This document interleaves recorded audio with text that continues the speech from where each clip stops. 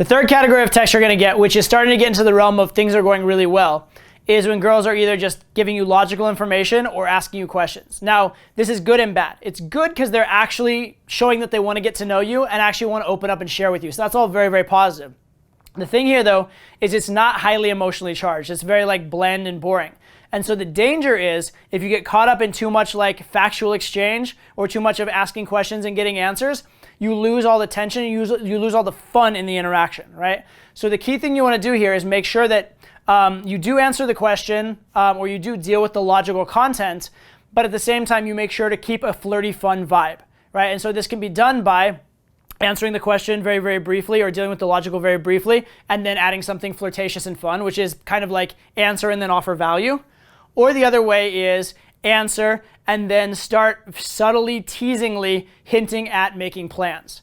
And the decision here is, how has the overall interaction been? So instead of just looking at the one text in a vacuum, you're going to say, okay, the one text is positive and is indicating that I'm at this stage.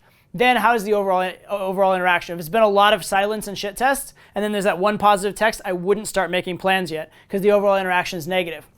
But if the overall interaction has been very, very positive, very flirty, and now she's asking you logical questions, I would probably answer logical and answer the logical question briefly, and then start hinting gradually towards making plans. We'll talk later in how to make plans. We'll talk about the soft close, different things like that. Also, the response to the next category, which is positive feedback. That's going to be a lot on making plans as well. So I'll get into exactly how you make plans, but I want you to know now, if things are starting to go positive, it is time to start actually getting the girl on the date. Because remember, what is the purpose of texting? It's to get the girl on the date, okay? So when you're getting this logical communication, number one, recognize it's good. Number two, understand you need to keep it charged. And number three, know that if it's been good overall, like through the entire messaging sequence or the recent messages, then it's time to go about making plans.